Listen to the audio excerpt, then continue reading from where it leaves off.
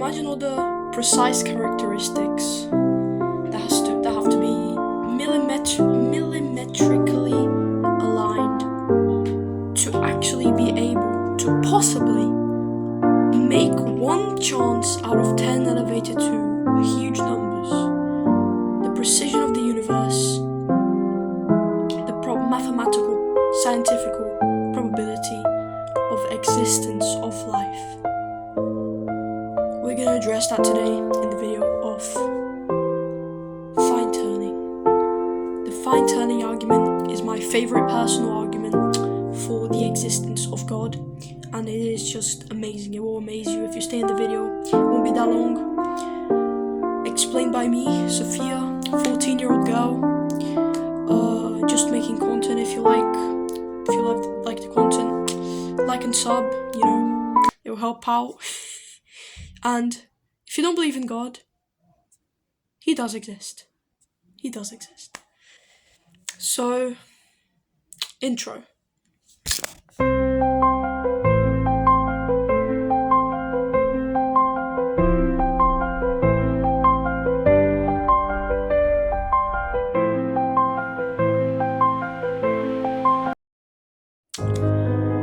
For millions of years, philosophers, scientists, historians, mathematicians, many more people have been trying to figure out the question, one of the most important intellectual questions ever made.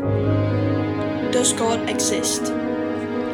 And over the last hundreds of years, historians and many other people have been addressing different arguments, like the contingent argument by Leibniz, the cosmological, the ontological argument, the moral argument, God is the only objective morality, the one supreme objective morality form, the contingent argument, there must be a necessary first cause. And we've got many.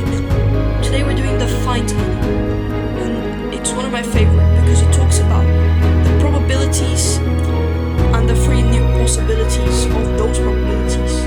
It is simply amazing. Things in heaven and on earth, visible and invisible, whether thrones or powers, or rulers or authorities, all things have been created through Him and for Him. Well, so the fine turning argument is pretty simple. It addresses all the possibilities and probabilities of life and of our existence and the existence of the universe. And it says there must be something, there must be a fine turning, there must be a cause to all these probabilities, all this perfect universe, all those perfect laws. So, let's address some important probabilities in that. There are about 20 to 30 fundamental numbers in physics, e.g. the electromagnetic force or gravity. If any of these were different by a fraction of a percentage, the universe would be life prohibited. For example, if gravity was stronger by 1 part in 10 to the power of 40, the universe collapses. If it was weaker by that same amount, stars and galaxies would have never formed. Everything has to be precisely aligned together. There is 122 or more characteristics that have to be precisely aligned together for life to be able to exist. The probability of those characteristics being aligned together, the mathematical probability calculated by mathematicians and Bohr's principles of math, is about 10 to the power of 1 in 10 to the power of 128. 10 to the power of 50 is mathematically impossible. Hang on, there's more coming. The cosmological constant. This governs the expansion of the universe.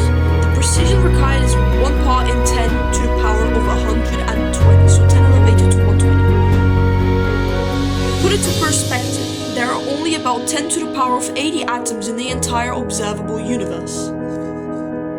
This is insane. The probability of low entropy.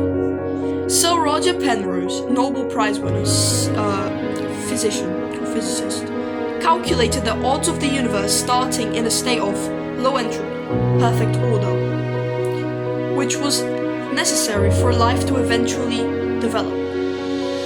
His calculation for the aim of the creator, or the precision of the Big Bang, resulted in a probability of 1 in 10 to the power of 10 to the power of 123. I'm gonna try to show the number here, but imagine a 10 to the elevated to the power of 10. So if you know what standard form is, 10 elevated to 1 is gonna be 10. 10 elevated to 2 is gonna be 100, so 10 times 10. If it's elevated to 3, it's 10 times 10 times 10, 1,000. The probability for our life to develop is 10 to the power of 10 to the power of 123. This number is so vast that if you wrote a 0 on every single atom in the universe, you would run out of atoms before you finished writing the number. What the flip? In statistical mathematics, a probability this low is considered functionally zero.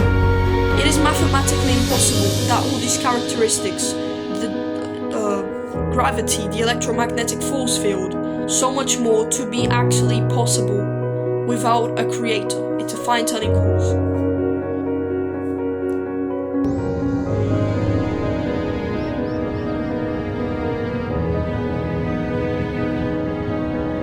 A common-sense interpretation of the facts suggests that a super-intellect monkeyed with physics, and that there are no blind forces worth speaking about in nature. The numbers one calculates from the facts seem to me so overwhelming as to put this conclusion almost beyond question.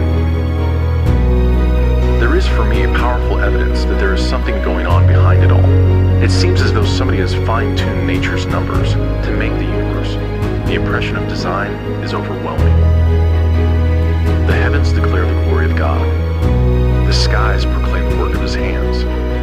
Day after day they pour forth speech. Night after night they reveal knowledge. Another number, probably number 2. We'll see, guys. I'm a messed up, guys. Life. Once you have a universe that can support life, you still face the probability of life actually starting from non-living matter. So you still have this problem. How can life start? For life to develop is already mathematically possible, but for life to start, calculation for the spontaneous formation of just one functional protein are estimated at roughly 1 in 10 to the power of 64. This is honestly like one of my favorite arguments. It's just, this means that now we have 3 possibilities for this fine-tuning. It's either chance, necessity, or an intelligent design. There's not enough valid scientific explanation or evidence for everything to have happened by chance or like a multiverse. Imagine a big machine launching lots of universes and then this just happened by luck or chance. This is not scientifically proven, and there is not enough validation for this to happen. The probabilities don't align with such chance or luck. Necessity, number 2. Also a multiverse. Imagine a big machine launching many multiverses, and it just had to be like this. There is also no direct physical evidence for any sort of multiverse or anything like this. It is not, the probabilities don't match with chance, and direct physical evidence doesn't match with universes or necessity. The probabilities for this to just be like this are literally impossible. This ends up leading us to the fine-tuning, an intelligent design, the first cause, the creator. When you look at this Bible, when you look at this, you can figure it out. You can name this. This is the cover. These are the pages. These are the letters, the words. You can discover much about it. In the same way in the world, you can say, oh, this is a human. We are Homo sapiens. These are the animals. This is the grass. They're the stars. The same with this and the world. Contingent truths that aren't necessarily meant to be. You can think about this, all the time. Like, let me try explain myself here. You can address every part in this, explain it all, how it is, how it was or something. These are the pages. These are the book. These are the pages. cover the whole world outside my house. There's the grass. We're humans. But that doesn't mean there isn't someone who wrote this.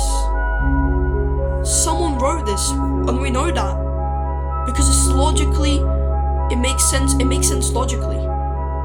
It is logical. It makes sense. It leads to a creator.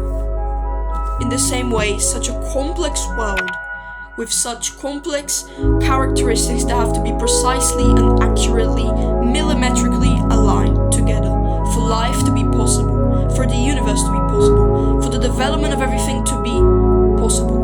All these contingent truths. There must be an intelligent design. There must be a first cause. It all leads to a fine turning. So that was the video. I hope you enjoyed the fine turning argument. Follow Christ. Don't just pretend. Follow Jesus. Follow God. Search for evidence. Search for the truth. Expose all evil. Tell everyone the truth. Fight against bad stuff in the world. Sophia here. Let's go. See you guys for another video.